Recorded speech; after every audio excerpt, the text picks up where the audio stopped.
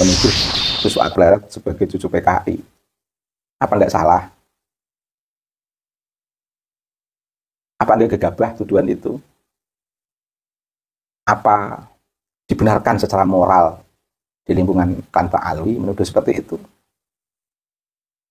Apa dibenarkan dalam konteks etika universal?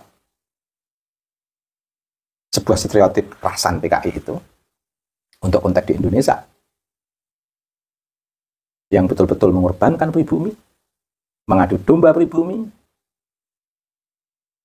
yang betul-betul sebagai ideologi transnasional, datangnya dari luar, tapi dituduhkan untuk leluhur Gus Fuad Barat. Apa benar? Apa enggak salah itu? Siapa yang membawa ideologi komunis di Indonesia itu siapa? Dan negara berpenduduk muslim mana yang pertama ngusung ideologi komunis itu? Ayo pada cerdas semuanya, dijawab. Mudah kok soal ini kok. Soal ujian ini tuh mudah. Kalau mau dibuat ujian, sangat mudah dijawab. Siapa yang mengusung ideologi komunis? Apakah ideologi komunis itu ideologi lokal? Apakah ideologi komunis itu ideologi transnasional? Semua menjawab, ideologi komunis itu adalah ideologi transnasional. Yang korban siapa? Untuk konteks ideologi komunis, masyarakat pribumi. Diusung oleh siapa? PKI. Siapa? Dedengkot PKI. Jawabannya sangat mudah.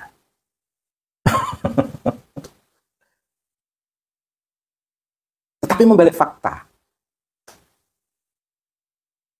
Sementara Yai Fuad itu putra orang-orang yang betul-betul berjuang, betul-betul bermoral, betul-betul penuh etika di tengah masyarakat Nusantara ini.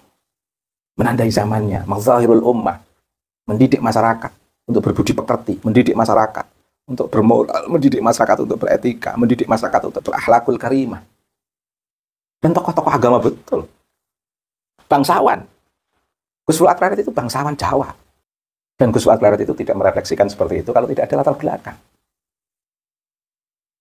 Itu kan sebuah refleks kegundahan, refleks sebuah tekad perjuangan yang luar biasa dari Gus Fuad. Sebagai sebuah counter wacana yang sebelum Gus Fuad telah muncul ucapan-ucapan yang lebih mengerikan, lebih kotor, lebih tidak bermartabat. Apa tidak punya malu? Ketidakpantasan sekali dibalas dengan ketidakpantasan berulang-ulang kali, berjamaah. Melarang orang untuk agar tidak memukul orang, tapi dia memukuli orang. Melarang orang untuk tidak berkata kotor, tapi dia berkata-kata kotor. Melarang orang untuk tidak membenci, dia sangat membenci. Melarang orang untuk baik dengan sesama, dan mengadu domba dan provokasi sesama.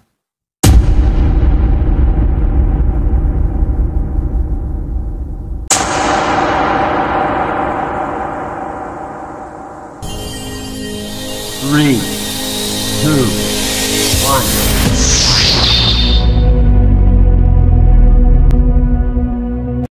Pendemo 214 itu menurut saya tidak fairness, tidak fair, tidak jujur pada diri sendiri, tidak adil dalam pikiran dan tindakan. Mengapa demikian? Dia menuntut seseorang yang dia katakan tidak baik, tapi dia lebih tidak baik lagi. Lebih parah dari yang dia tuntut. Ini tentu secara etika tidak fair. Menuntut seseorang untuk tidak mengatakan ayam berkokok. Yang baru mengatakan sekali. Tapi dia justru mengatakan ayam berkokok berkali-kali. Atau mudahnya begini, dia menuntut orang untuk tidak boleh mencaci Meskipun hanya 1 kali cacian, tetapi dia mencaci berkali-kali, menyebarkan cacian itu di sosial media. Bahkan cacian itu dia murokapkan, dia kuadratkan, dia ulang-ulang, menuntut orang jangan mencaci, meskipun sekali, tapi dia mencaci berkali-kali dan mengajak orang untuk mencaci. Menarik itu, menarik kejahatannya. Contoh begini, kalau pendemo 214 itu adalah para pendidik, tentu dia pendekatannya bukan pendekatan menyesatkan, tapi meluruskan. Pertanyaannya, pendemo 214 apakah para pendidik, masyarakat, publik, penonton sosial media bisa memahami itu semua tanpa saya katakan apakah mereka pendemo 214 itu pendidik? Jawabannya sangat mudah. Pendidik itu bukan menyesatkan, tetapi meluruskan. Pendidik itu tidak menuntut orang untuk tidak mencaci meskipun sekali, tapi dia mencaci berkali-kali. Pendidik itu tidak seperti itu. Apalagi mengidentifikasi sebagai kelompok yang notabene sebagai pengusung kepahlawanan seseorang yang memang harus lebih mengedepankan nilai-nilai kepahlawanan.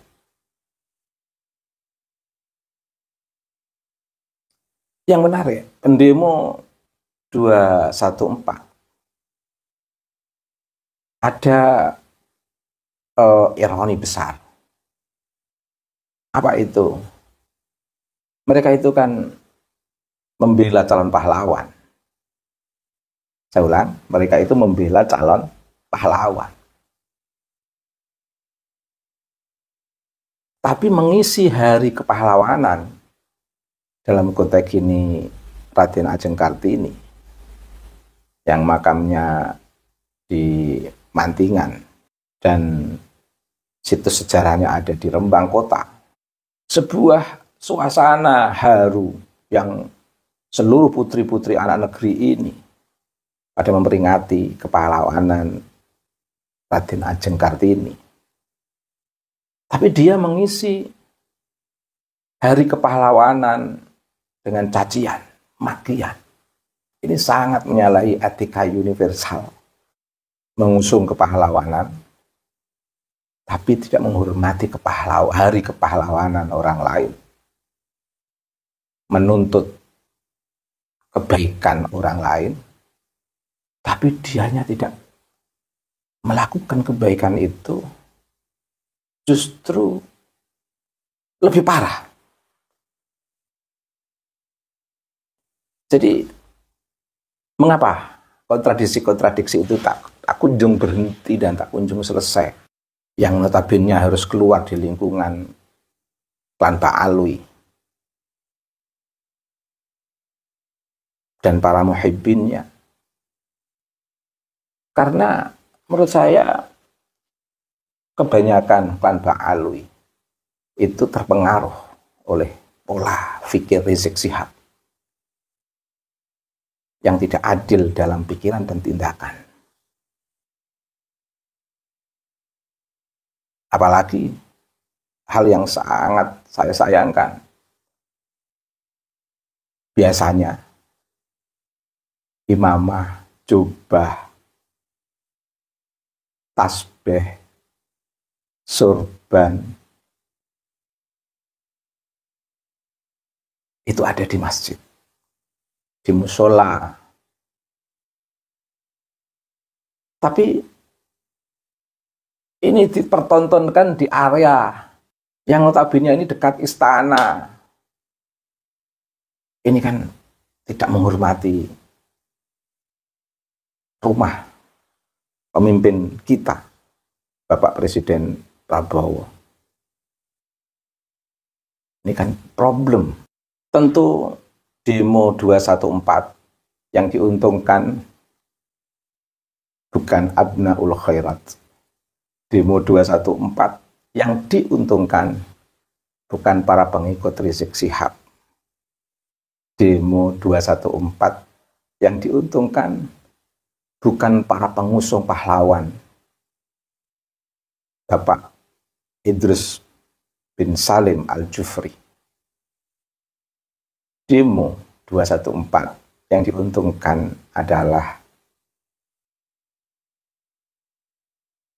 yang didemo. Mengapa?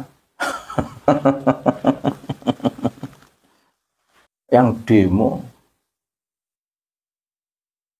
menunjukkan ketakutan yang luar biasa. Mengapa? Ya, demo bukan pada yang didemo langsung, tapi di kepolisian, di Mabes Polri. Mengapa itu terjadi? Karena tidak berani. Itu namanya pinjam tangan. Pinjam tangan Polri. Atau ingin show off, ingin tampil sama publik.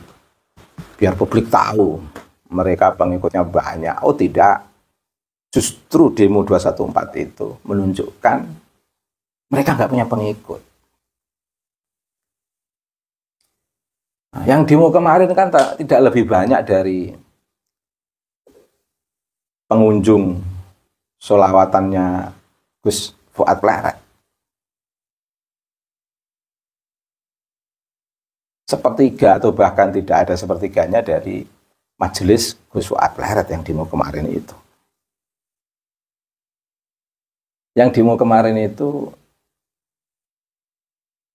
tidak ada sepertiganya santri Kiai Haji Imaduddin Utsman. Yang demo kemarin itu mempermalukan calon pahlawan yang diusung. Yang demo kemarin itu mempermalukan imamah yang dia lingkarkan di kepala. Yang konon adalah imamah-imamah hasil sanad dari para guru-guru. Tapi hasilnya dengan menggunakan cara-cara mencaci. Bahkan ditambah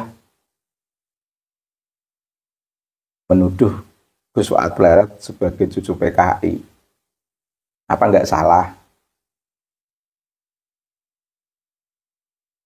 Apa enggak gegabah tuduhan itu? Apa dibenarkan secara moral di lingkungan klan Pak Alwi menuduh seperti itu? Apa dibenarkan dalam konteks etika universal? Sebuah stereotip kekerasan PKI itu untuk konteks di Indonesia yang betul-betul mengorbankan pribumi, mengadu domba pribumi, yang betul-betul sebagai ideologi transnasional, datangnya dari luar, tapi dituduhkan untuk leluhur Gus Fuad Pleret. Apa benar? Apa nggak salah itu? Siapa yang membawa ideologi komunis di Indonesia itu siapa? Dan negara berpenduduk muslim mana yang pertama ngusung ideologi komunis itu? Ayo pada cerdas semuanya, dijawab. Mudah kok soal ini kok. Soal ujian ini tuh mudah. Kalau mau dibuat ujian sangat mudah dijawab. Siapa yang mengusung ideologi komunis? Apakah ideologi komunis itu ideologi lokal? Apakah ideologi komunis itu ideologi transnasional? Semua menjawab ideologi komunis itu adalah ideologi transnasional.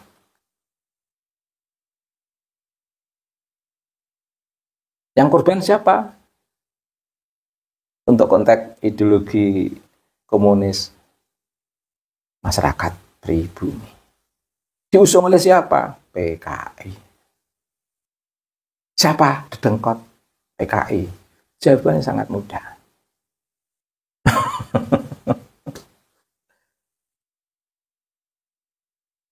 Tetapi membalik fakta. Sementara Yai Fuad itu putra orang-orang yang betul-betul berjuang, betul-betul bermoral, betul-betul penuh etika di tengah masyarakat Nusantara ini. Menandai zamannya, mazahirul ummah, mendidik masyarakat untuk berbudi pekerti, mendidik masyarakat untuk bermoral, mendidik masyarakat untuk beretika, mendidik masyarakat untuk berakhlakul karimah. Dan tokoh-tokoh agama betul. Bangsawan. Gus Fuad Pleret itu bangsawan Jawa. Dan Gus Fuad Pleret itu tidak merefleksikan seperti itu kalau tidak ada latar belakang. Itu kan sebuah refleks kegundahan, refleks sebuah tekad perjuangan yang luar biasa dari Gus Fuad. Sebagai sebuah counter wacana yang sebelum Gus Fuad telah muncul ucapan-ucapan yang lebih mengerikan, lebih kotor, lebih tidak bermartabat.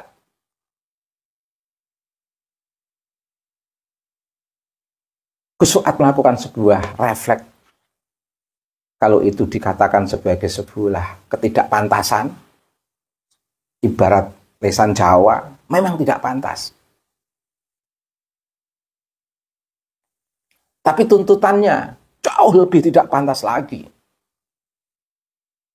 Nah, sekarang begini logikanya. Kalau ada seseorang memukuli orang, mukul orang sekali, jebret, tentu kemudian komunitas lain mengatakan ini salah. Memukul orang itu adalah kekerasan. Tapi kemudian komunitas itu main hakim sendiri, itu juga tidak dibenarkan. Artinya apa? Konkretnya begini saja, daripada terlalu simbolik. Mengatakan Gus Fuad salah mengungkapkan sebuah perkataan. Dalam konteks etika Jawa, local wisdom, kearifan lokal, itu memang tidak pantas. Tapi ketidakpantasan sekali yang diucapkan oleh Gus Fuad ini, mengapa harus dibalas berkali-kali penuh ketidakpantasan si penggugat? Sangat tidak pantas. Masih ditambahi cucu PKI, masih ditambahi macam-macam ungkapan. Dan diramekan ketidakpantasan. Gus Fuad Pleret mengakukan ketidakpantasan sendirian sekali ucapan dengan sebuah kata. Tapi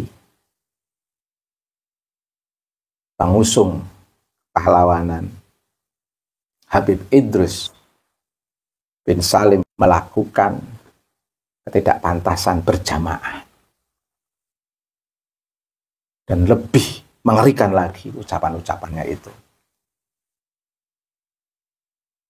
Selain melakukan ketidakpantasan berjamaah, melakukan ketidakpantasan yang diulang-ulang di beberapa sosial media, bahkan direfleksikan dalam sebuah demo, bahkan ditulis pada sebuah spanduk.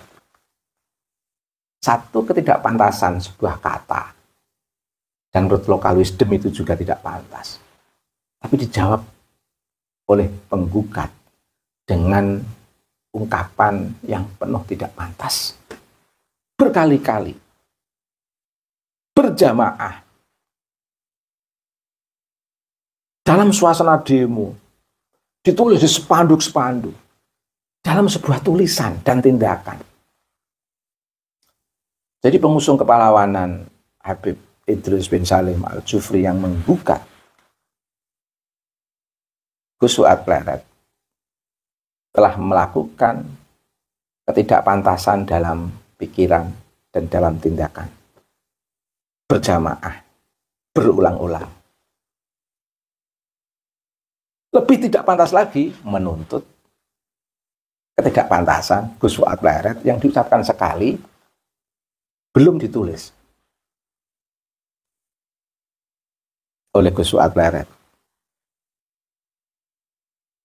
Dan itu pun sudah minta maaf.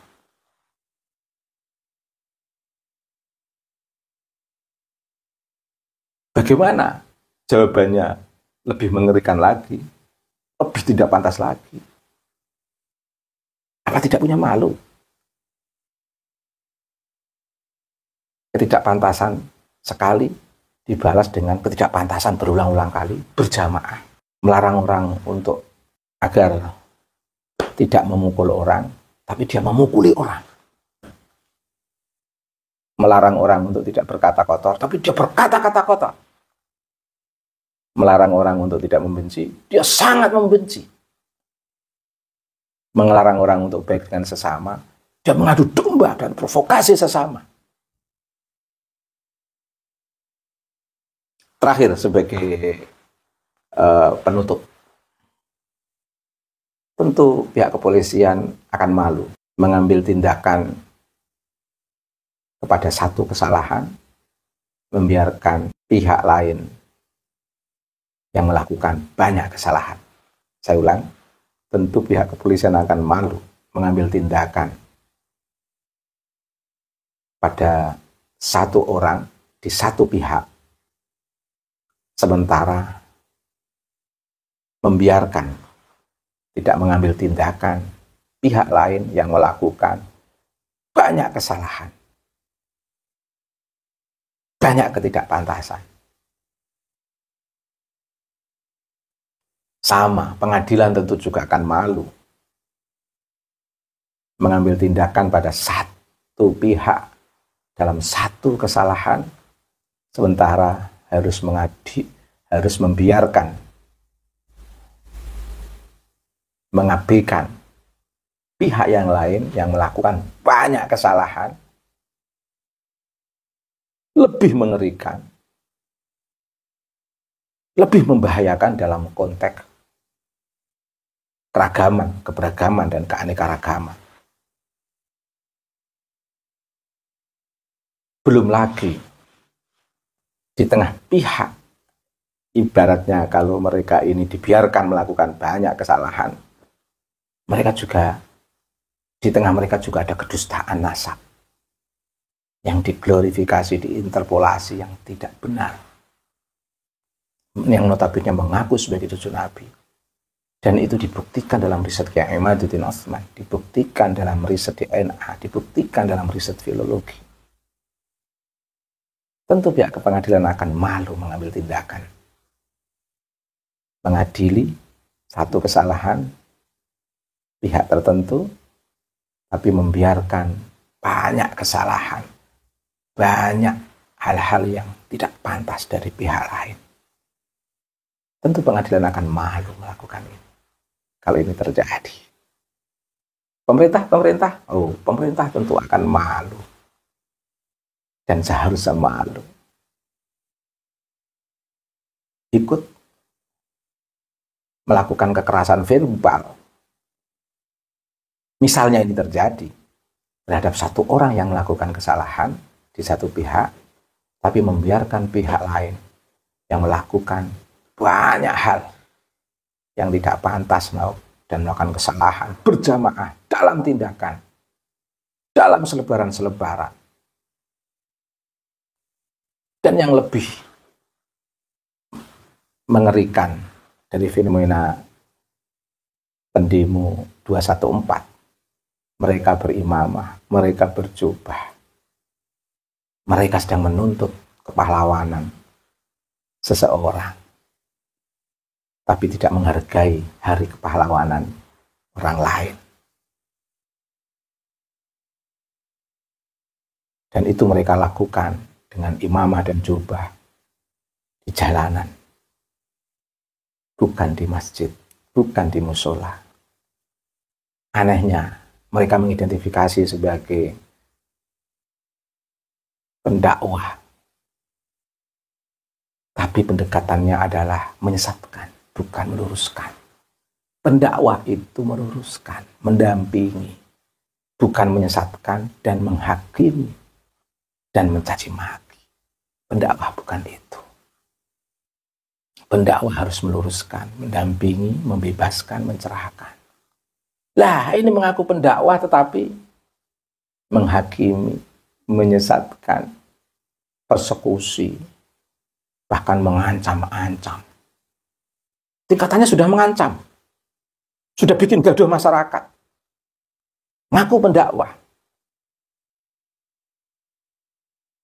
Monggo, pihak kepolisian bersikap fairness memahami fenomena ini. Monggo pihak pengadilan bersikap fairness memahami fenomena ini. Monggo pihak pemerintah bersikap fairness memahami fenomena ini. Sehingga kita akan bersama-sama melakukan sikap yang adil, baik dalam pikiran maupun tindakan. Terima kasih. Subhanakallahumma wa bihamdika mil al-mizan wa muntahal ilmi wa mablaghar ridha wa zinatal arsy. Asyhadu an la ilaha illa anta astaghfiruka wa atubu ilaika. Wassallallahu ala sayyidina Muhammadin wa ala alihi wa sahbihi wa baraka wa sallama. Walhamdulillahi rabbil alamin.